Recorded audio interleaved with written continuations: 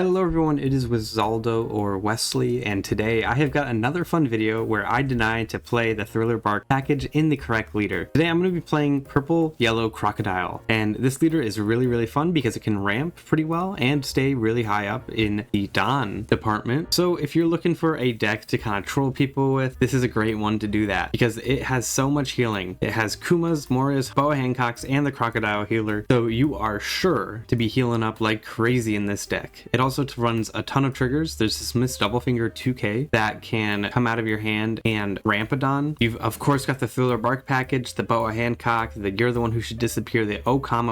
Now, I may have been wrong in my last video. I think this deck might be better than BY Linlin because it has Okama, and Okama is going to let you get the triggers from the on-KOs off of your Thriller Bark package. Now, in this Thriller Bark package, I did cut out the Sindri altogether because I don't think it really suits the needs of this deck. So we'll just have to see if that's actually the right move. Maybe I'll end up cutting out some other stuff just to put it back in to get those triggers more consistently. But I think with where it's at now, it might be really fun to play and could maybe be better than BY Moria. We'll see about that. But just to show what the leader does, it is a 5k leader with 4 life, of course. It is a very old leader in OP4. We just got OP14, so it's been 10 sets since then. On your opponent's turn, once per turn, if you return a Don from your field to the Don deck, you can ramp one Don is active, so you'll be able to really take advantage of a ton of Okama ways, which will help you clear your own board to play out a Perona off of Hogback or even a Doublefinger off of Hogback. That's one of the reasons it's in here. It's kind of like the Frankie in the BY Linlin deck in that it lets you have an alternative character to play off of Hogback that isn't Perona or Absalom. There is no Kikus in this list because this list would just be full of bricks if there were, but I think the deck has a lot going for it as is healing wise, so I was also very comfortable cutting it. But again, we'll see as the video goes on if that deck list changes. Onto the list, you're gonna run 4 Miss Doublefinger. It lets you ramp a Don if you trash a card. 2 Crocodile. It lets you Don -1 to essentially get a 2k counter. You're gonna run this 8 cost Crocodile. On play, you can Don -2 and then heal a life from the top of your deck. And when your opponent attacks, you can Don -1 to draw 1 card and trash 1 from your hand. Your main searcher is gonna be this Lilith, which you run 4 of. It's gonna be really good for searching out the Boa Hancock and the Gecko Moria, which are gonna be your top end. You're gonna run 4 of it. Next up is Kumasi. You're gonna run 4 of it. It's got the Thriller Bark trigger. It's also a 2k, which is really solid. I'm gonna run 4 Absalom, which is also a really solid card. I'm gonna run through these pretty quickly because if you know what the Thriller Bark package does, you know what these all do. If you don't, feel free to pause the video and read it. I'm gonna run 4 Hogback, 4 Perono, which lets you freeze a 6 or less, and 2 Satori to finish out your 2ks, so you round out at 10. I would be more comfortable with more of the 2ks in the deck, but I don't think Frankie fits into this deck very well. I'm gonna run 4 Kuma. Kuma's a really amazing card, and if it had a trigger, it would be even better. 4 Gecko Moria. It's going to let you put a 4 or less Thriller Bark Pirate into your life, which lets you get that trigger off. Typically, it's going to be a Kumasi or maybe a Absalom, just to get the Hogback and Perona out on the field. You're on 4 Boa Hancock. This is going to let you essentially deal a damage and not let your opponent use the trigger and heal one at the same time, because Crocodile does have the 7 Warlords of the Sea type on his leader. You're on 4 Okama. This is going to be the main way you're going to be able to get these on KOs off for your Thriller Bark Pirates, but it also lets you get out of some really big scary attacks. It's essentially infinite counter if you're doing it into a Hogback because the Hogback is going to replace itself. And then to finish out the deck list, you're going to run 2 You're the One Who Should Disappear, just because there are so many bricks in this deck. There are 18 bricks, not including the Okama. There's 22 if you do count it, so you're really going to be wanting to see these. So if you see them off the Lilith, you definitely want to grab it. It's also really nice to see in the last light. Anyways, I'm not going to bother sitting too long on this deck list. I'm going to show how well it plays. If you did like this deck list and you are going to leave here, please consider giving a like if you want to see more deck lists like this. I do love to fool around with the Thriller Bark package and making weird deck lists and seeing if they work. I'm also going to go to nationals this year, so let's try and get the subs up for that so I can face reveal at 1k and then do a vlog if you want to see it. Anyways, onto the gameplay. All right, game 1 is going to be into a UP Sanji. I think you want to go second on this deck even though you run the Lilith as a turn 1 searcher, just so you can get the Perona or Doublefinger off in the next turn. I'm going to keep this. This is an amazing hand. I have a lot of counter relative to how much counter is actually in the deck. I'm going to, of course, search first. I think I want to see a Absalom to start. That's something that's going to be better than a Perona to play. Then I just pass. It might be better to play the Perona if my opponent plays a Sanji this coming turn, but I don't think it'll be the end of the world. Here, I think I want to drop 2 1Ks, but I don't have it, so I'm just going to trash the Doublefinger to counter out of this because I want to get this Perona in trash or something else in trash that I can play off a Thriller Bark trigger before I start taking damage. All right, this Sanji is pretty interesting. I see a few decks running this.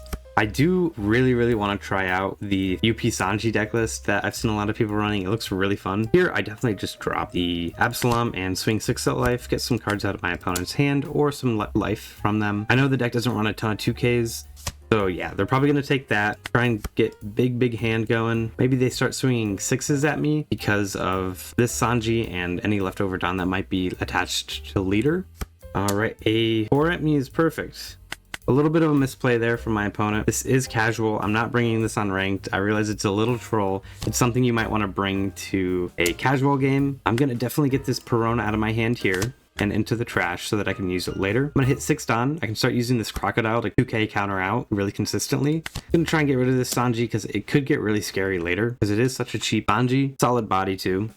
All right, and then I just put pressure on life. I think the worst thing for Sanji that could happen is I get a pretty wide board because Sanji is all about using counter events to fill up its trash. I think it runs maybe 8 2Ks, so putting some pressure on early is going to be in my best interest. Next turn, I can either Crocodile to heal 1 and Don -2, or I can Gecko Moria to not Don -2 and still heal 1.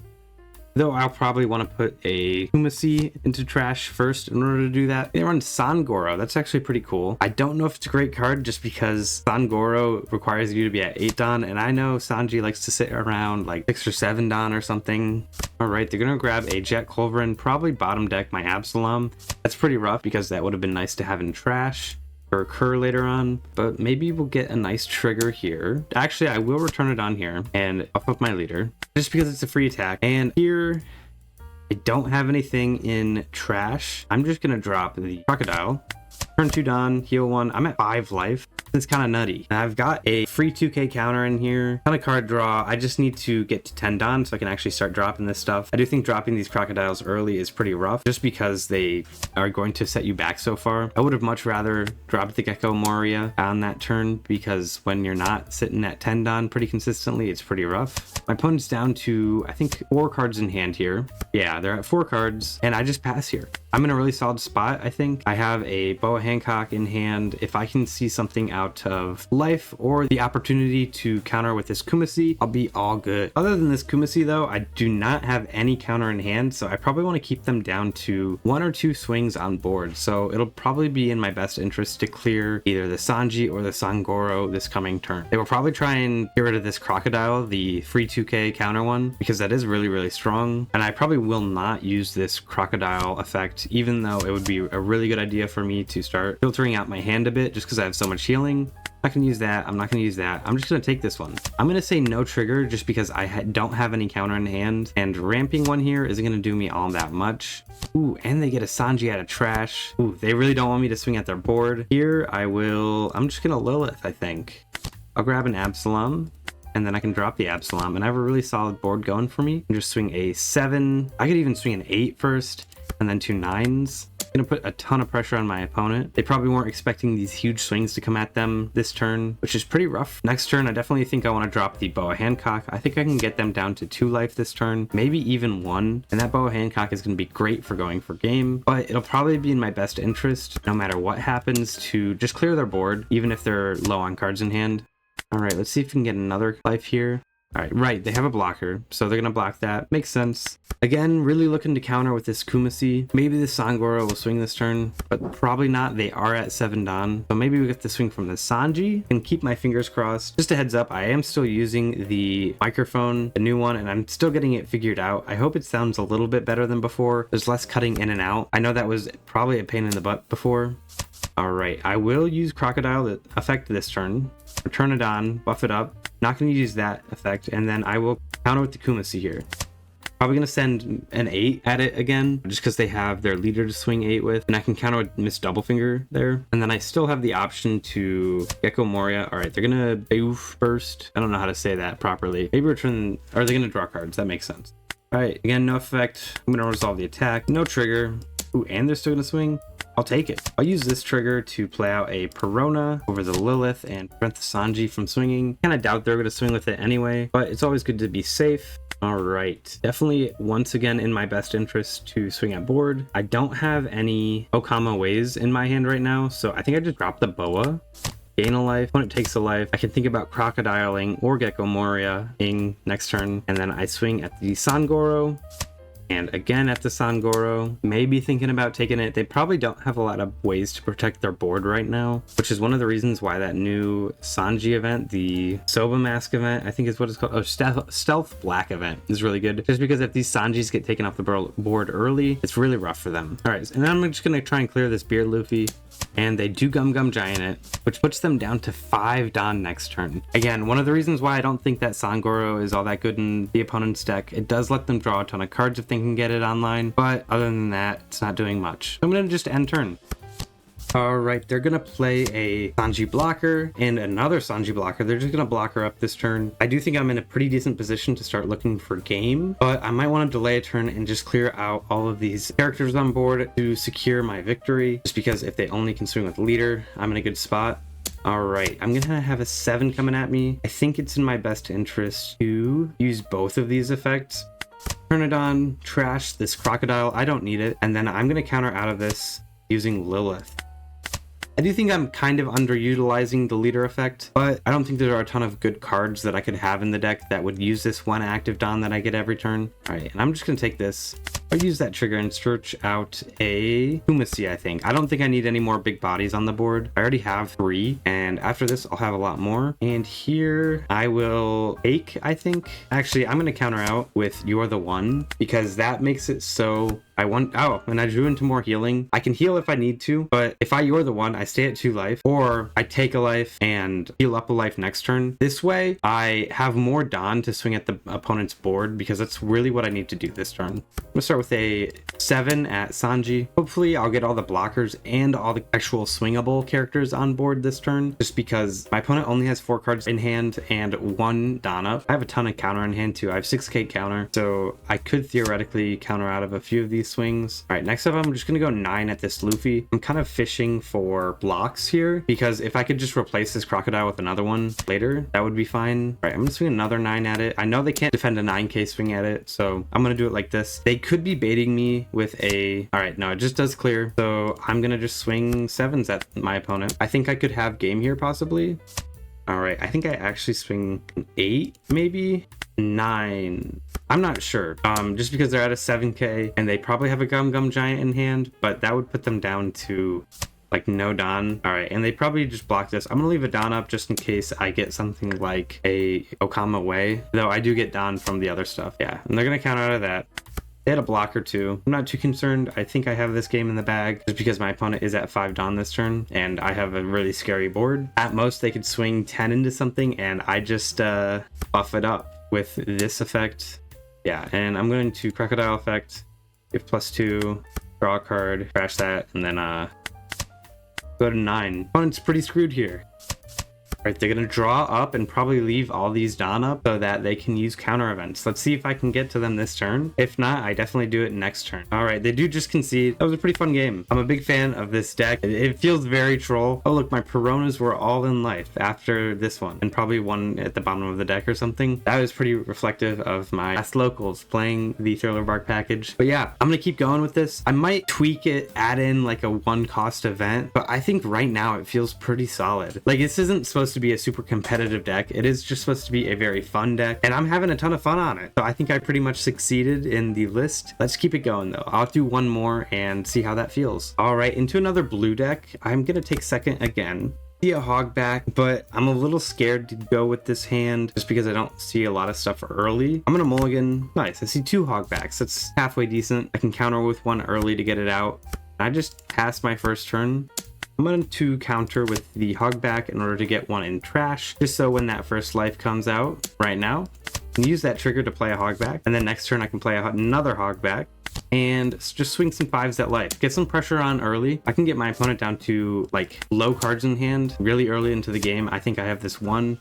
I do have a very rough hand. No counter in hand. They could just swing a bunch of cards at me and I kind of lose here, but I doubt the Kuzan is going to play that way. They probably play an Isho this turn. All right, and I just take here, use the trigger effect to play out this Absalom. I've got 3 5Ks on the board. My opponent should be kind of afraid right now. Unfortunately, I don't have a ton to play this turn. turn. Wow, I'm drawing just all my bricks. Statistically speaking, this has to be very unlikely, right? I know like a good chunk of the deck is bricks, but this is just kind of crazy. All right, I'm going to leave up one Don, start with a 6k swing, get some 2ks out of my opponent's hand. I do know Kuzan runs a ton of 2ks, but pretty unlikely that they prevent all of these from going through, right? And then we'll swing a 7 to finish it off. Do they fall down to 1? They do. I'm going to end turn. Hopefully I can survive here. I 100% let this go. I was actually going to Okama way into that. All right, I do not see anything I can grab off of it. That's pretty unfortunate. And I lose one of my Okama ways to the bottom of my deck. Not something I would have preferred there. I'm surprised they're not trying to go for game here. All right, I'm going to take this. No trigger. That's pretty rough. All right, Ice Time makes sense. I think I probably just Gecko Moria here and throw an Absalom into life. Develop a good body. And I just swing a 5 at life. Fortunately, I can't Okama away, so if my opponent does decide to play really aggressively, I could lose the game here. But I think they at most swing with Tashigi, and they definitely don't know that I have 5 cards without counter in my hand right now. This could be pretty problematic though. I'm gonna 2k out of here.